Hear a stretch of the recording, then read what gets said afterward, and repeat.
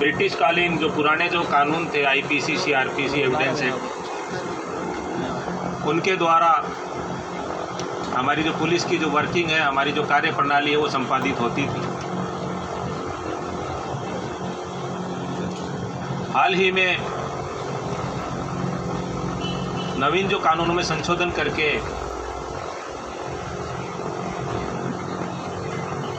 और जो नवीन आपराधिक विधि 2023 एनबीसी और आपका जो अलग अलग जो तीनों आईपीसी, सीआरपीसी, एविडेंस एक्ट तीनों में संशोधन करके और भारतीय आईपीसी की जगह आपको पता है कि भारतीय न्याय संहिता, जिसमें कुछ विशेष रूप से मैं ये कहना चाहूँगा कि जो चीज़ें इसमें इसका जो भारत की जो एक तरह से हमारी भारतीयता की जो पहचान है, हमारी भारतीयता की जो खुशबू है, वो इन संशोधित कानूनों में परिलक्षित करने का प्रयास किया गया है। और सबसे इम्पोर्टेंट चीज़ जो है वो है कि जो हमारी जो न्याय प्रणाली में जो हमारे को जो न्याय मिलने का जो समय था, जैसा कि आपको विदित है कि छोटे छोटे केसेज में 341, 323 मारपीट के में, आपके बॉडी ऑफेंस में, महिला अत्याचार में वर्षों तक एक व्यक्ति मुकदमा दर्ज करने के बाद 30 साल, 35 साल कई तक न्याय के लिए वो न्यायपालिका के और कोर्ट के चक्कर काट काट के परेशान हो जाता था। और अंत में उसको कई तो ऐसे थे कि बिना अपने केस की फैसला सुने बिना पहले ही इस दुनिया में नहीं रहते थे। ऐसे मैंने बहुत से देखे हैं। या वो ऐसी स्थिति में हो जाता है कि जो आदमी 40-50 साल की यंग एज में 40 में केस लड़ना शुरू किया, वो 80 तक आते आते जब उसके हाथ पैर काम करना बंद कर देते, लास्ट में वो थक जाता है कि उसको न्याय प्रणाली से, इसमें बहुत सारी खामियां जो ब्रिटिश कालीन कानून जो थे उनमें थी, लेकिन इनमें और कई बार सज़ा भी नहीं हो पाती थी। सबसे इम्पोर्टेंट चीज़ ये है कि आपको जो बताने लायक ये है कि अब तक आपको जैसा पता है कि डिजिटल एविडेंस का ज़माना है। आप लोग हर परिवार में ग्रामीण ये आरोप लगाता है कि साहब फलाना थानेदार जी ने, मैं तो मौके पे गया था, मेरा मुकदमा था और मेरे खाली कागजों पे दस्तखत करा लिए, मुझे नहीं पता क्या लिखा क्या नहीं करा, मैं तो बिल्कुल संतुष्ट नहीं हूँ। इसके बाद जो 7 साल से ऊपर की सज़ा के जो अपराध हैं, उसकी टोटल आपकी डिजिटल एविडेंस, आपकी जो भी आप नक्शे मौके पे हमारे थानेदार जी जाते हैं तो जहाँ घटनास्थल पे जाएंगे, घटनास्थल की वीडियोग्राफी कराएंगे, डिजिटल एविडेंस, जो बयान देने वाले उनके जो जैसे बयान लिखे बताएगा, जैसा बोलेगा वही बयान इसमें डिजिटल एविडेंस में रिकॉर्ड होंगे। और वो बयान रिकॉर्ड होकर के प्रोड्यूस होकर और फिर कोर्ट में जाएंगे, वो कोर्ट में एडमिसिबल होंगे। अब तक हमारे 161 सीआरपीसी के जो बयान लिखते थे, हम 161 के बयान लिखते थे, उसमें सबसे बड़ा लकुना ये था कि पुलिस के पास बयान जो है वो कोर्ट में मान्य नहीं होते थे, तो बहुत सारे को सज़ा लेने में दिक्कत होती थी।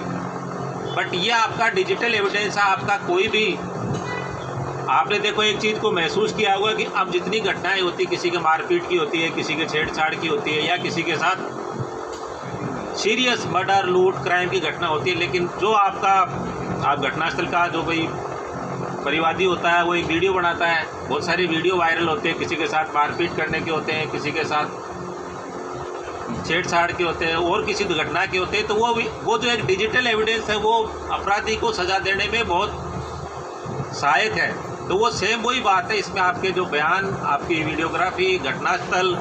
सारा डिजिटल फॉर्मेट में, एक फॉर्मेट में लेकर के वो कोर्ट में प्रोड्यूस करना पड़ेगा, तो उसमें फिर उसकी एविडेंस आपकी पुख्ता हो जाएगी। एंड अनदर इम्पोर्टेंट चीज़ ये है कि जो इसमें जुडिशरी भी बैन लगा है कि कम से कम कोशिश करें कि 1 महीने में ट्रायल में उसको फास्ट स्पीडी ट्रायल हो। तो इसका जो मूल सार है वो ये कि जितने अपराधों का रजिस्ट्रेशन के बाद में उसकी इन्वेस्टिगेशन स्पीडली हो, इन्वेस्टिगेशन के बाद में उनकी ट्रायल बहुत फास्ट हो, ट्रायल फास्ट करने के बाद में जल्दी से जल्दी अपराधी को सज़ा मिले। आप लोगों को बहुत ज़्यादा तो इसमें जानने की आवश्यकता है, लेकिन तो 3-4 चीज़ें मैं बताना चाहूँगा। एक तो आपके रूरल एरिया के लिए, ग्रामीण क्षेत्रों के लिए इसमें नए कानून में कुछ प्रावधान किए गए हैं।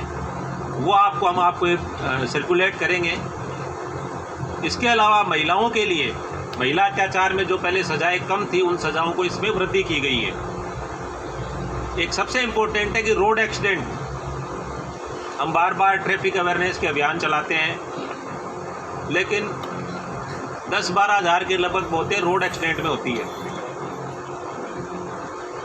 इस रोड एक्सीडेंट के मामले में इसमें जो पहले सज़ा कम थी, उसको सज़ा को हमने इसमें इंक्रीज किया गया है। तो उसका उद्देश्य यही है कि रोड एक्सीडेंट को भी आदमी की डेथ तो होती है, लेकिन ज़रा सी लापरवाही की वजह से आपने देखा होगा कि इस हाईवे को मैं देखता हूँ कि 3, 4, 5 कैजुअल्टी, कोई निर्दोष व्यक्ति अपने सड़क पे किनारे पे खड़ा है, किसी ने ट्रोले ने आके टक्कर मार दी, कोई यंग लड़के कॉलेज में पढ़ने वाले हैं, वो जाके उनके टक्कर मार दी, उनकी डेथ होगी। पर वो कहीं ना कहीं चालक की लापरवाही होती है। तो उस लापरवाही को नियंत्रित करने के लिए इस कानून में उसको सज़ा बढ़ाई गई है। इसी तरह से छोटे बच्चों के लिए पोक्सो के जो केसेस हैं, पहले इतना सीरियस नहीं लेते थे, लेकिन पोक्सो का आज के लिए मैंडेटरी हो गया कि विदिन 2 मंथ में उसका चालान कोर्ट में पेश करना ही करना है। उसका ट्रायल करके सज़ा, बहुत सारे केसेस महीने में, 2 महीने में, 6 महीने में, तो उसमें ट्रायल के दौरान उसमें सज़ा हो ही रही है पोक्सो के जो केसेज है उसमें। तो वो इसके साथ साथ जो FSL के जो यूनिट है, साइंटिफिक इन्वेस्टिगेशन, साइंटिफिक एड्स के जो इन्वेस्टिगेशन में जो बढ़ाए गए हैं, वो जो आपकी FSL रिपोर्ट है वो टाइम पे आना। FSL मोबाइल यूनिट्स, आप जैसे 7 साल से सज़ा के ऊपर के जितने भी केसेज हैं, उसमें फोरेंसिक जो हमारी जो टीम है मौके पे जाएगी। और एक इम्पोर्टेंट चीज़ और है कि 7 साल से कम सज़ा के जो अपराध हैं वो परिवादी भी रख सकते हैं, उनकी जांच करके अगर वास्तव में अगर क्राइम कमिट हुआ तो चालान करे, मतलब मुकदमा दर्ज करे, या वास्तव में घटना की वास्तविकता का पता करके परिवाद में रख के उसकी वास्तविकता के आधार पे उसमें चालान FIR या दर्ज नहीं करना, वो एक तय किया गया है। आपको पता है कि ये छोटे छोटे PT ऑफेंस घर में, गांव में छोटी सी बात को लेके गाली गलौज हो गया, गाली गलौज होने के बाद में उसने बढ़ा चढ़ा के मेरी चैन तोड़ ली, मेरे साथ ये कि यार एक गंभीर धारा में मुकदमा दर्ज कराता है। फिर पुलिस के पास जाते हैं, फिर वो जहाँ से दूसरा पक्ष जाता है कि नहीं साहब मेरे साथ भी हुआ, वो भी किसी महिला से दर्ज कराता है। अल्टीमेटली दोनों गाँव में उससे किसी को फ़ायदा नहीं मिलता। दोनों केसेज की 2-3 महीने इन्वेस्टिगेशन चलती रहती है, पुलिस के पास दोनों पक्ष आते जाते रहते हैं, कोई ना कोई छोटी मोटी गलती, छोटी मोटी धाराओं में चालान भी हो जाता है, पर वो एक लंबी दुश्मनी जो है ग्राम क्षेत्र में, जो भाईचारा वो ख़त्म हो जाता है। तो इसमें जो 7 साल से कम सज़ा के जो केसेज हैं, उसमें परिवाद में रख करके उसमें जांच करके रियलिटी बेस पे, वास्तविकता पे अगर उसमें क्राइम कमिट हुआ है तो उसमें केस दर्ज करके और उसमें चालान करके और स्पीडी उसका इन्वेस्टिगेशन करके और सज़ा कराएंगे।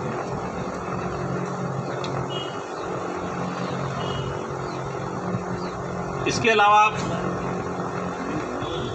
हमारा जो डिजिटलाइजेशन जो हो रहा है, इसमें बहुत सारी समस्याएं, जैसे हम जो एक्ट की कार्रवाइयाँ करते हैं,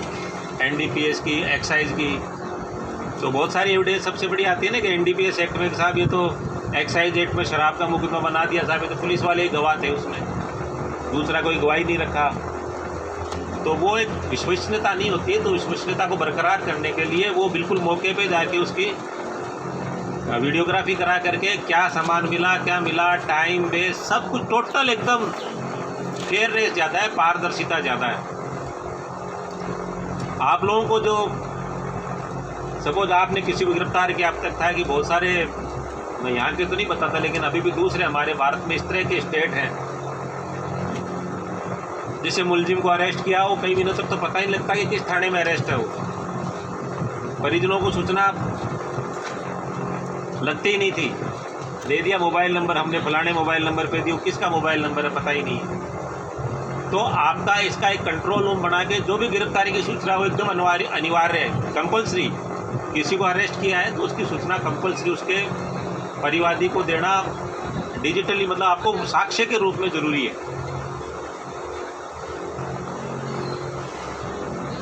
इसके अलावा आपका इसमें प्रॉपर्टी ऑफेंसेज जो है, आपका चोरी, नकबजनी,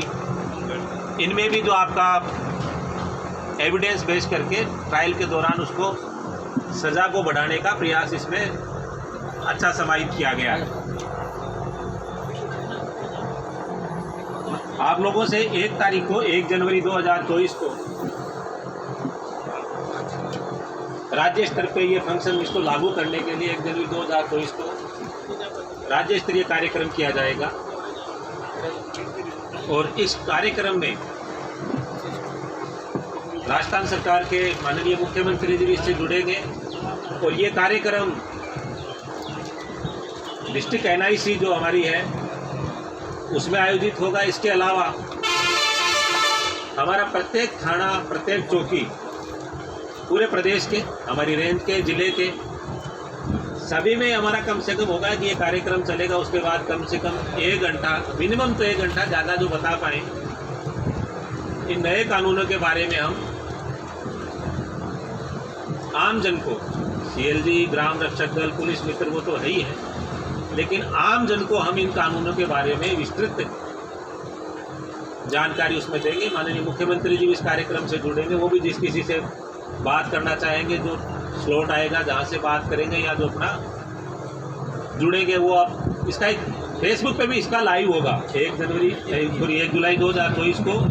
10 से 11 के बीच में फेसबुक पे भी लाइव आएंगे। तो आप जहाँ एनआईसी की सुविधा नहीं है वो थाने या पुलिस चौकी या जो भी संस्थान है वो आपका लाइव भी जुड़ सकता है। इसके अलावा स्कूल, कॉलेज, आपके दूसरे एनजीओ, अधिवक्तागण, प्रेस, मीडिया बंधु और इसके अलावा जनप्रतिनिधि इस कानून को लागू करने में, इसकी प्रारंभ में, इसकी जानकारी करने में जितना सहयोग दे पाएंगे। अभी आपने देखा ग्राम सभाएं हुई थी, ग्राम सभाओं के दौरान भी, परसों थी कल थी 27 को जो ग्राम सभाएं हुई थी, उन ग्राम सभाओं में इस कानून के बारे में विस्तृत रूप से बताया गया था। हमारे बीट कांस्टेबल्स वगैरह उस इलाके के उसमें गए थे। तो आप सभी लोग इस 1 तारीख का जो प्रोग्राम है 1 जुलाई वाला, इसमें आप जुड़े, आप उसको देखें, लाइव आए। अपने कोई सुझाव आप इसके बारे में कोई अभी देना चाहें या आपको कोई शंका है अभी बताना चाहिए बता सकते हैं, बाद में बताना चाहें तो पूछ भी सकते हैं। इसके लिए जो समस्याएं आती है आप लोगों को भी आ सकती हैं, क्योंकि हमारा एक सर्किल लेवल पे, जिला लेवल पे और रेंज स्तर पे और स्टेट लेवल पे एक कंट्रोल रूम बनाया जाएगा। इसमें जो पेचीदगियों को लेकर किसी तरह कोई समस्या ही आती है तो उनके बारे में भी हम उसको निदान करेंगे। मैं विशेष रूप से बच्चों और महिलाओं के प्रति जो अपराध हैं